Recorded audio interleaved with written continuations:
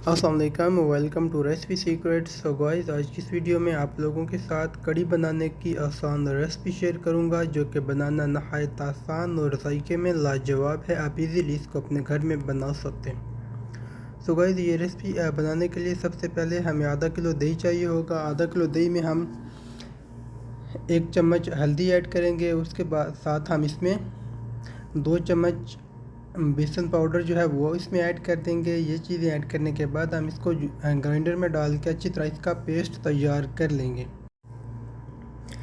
So guys, उसके बाद ये हमारे दूसरे इंग्रेडिएंट्स, इनका हम अच्छी तरह पेस्ट तैयार कर लेंगे। उसके बाद हम 2 मीडियम साइज़ के प्याज को चॉप करके एक पैन में ऐड किया और साथ ही हमने कुकिंग ऑयल ऐड किया। कुकिंग ऑयल में हम प्याज को अच्छी तरह ब्राउन करेंगे।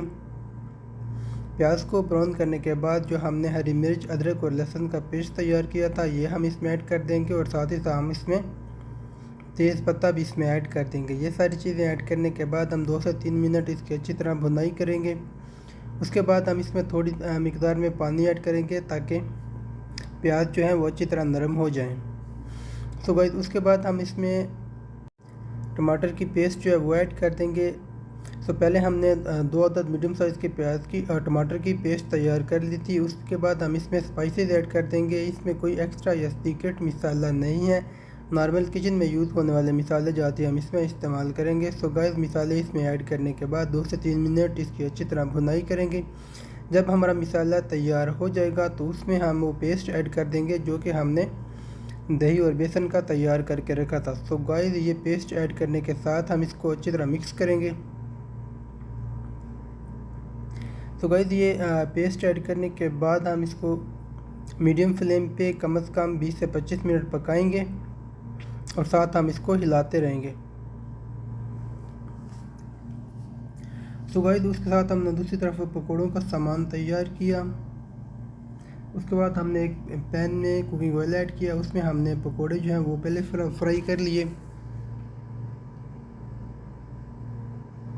सो गाइस, हमारे पकोड़े जो हैं वो अच्छी तरह रेडी हो चुके हैं।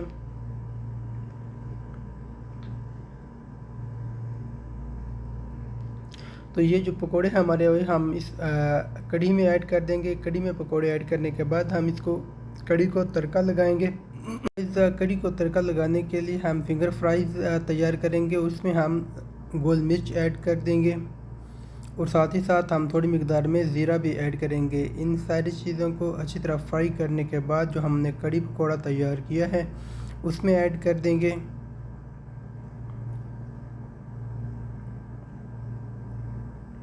तो गाइस, जो कढ़ी को तड़का लगाने के लिए हमारा जो मटेरियल है वो तकरीबन रेडी हो चुका है।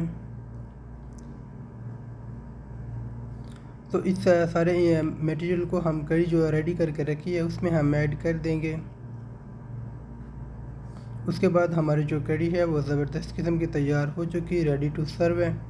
सो गाइस, ये थी आज की छोटी सी वीडियो। अगर वीडियो अच्छी लगी तो वीडियो को लाइक कीजिए और चैनल को सब्सक्राइब कीजिए और बेल आइकन को प्रेस कीजिए ताकि आने वाली लेटेस्ट वीडियोज़ की अपडेट्स आप तक बर वक्त पहुँचती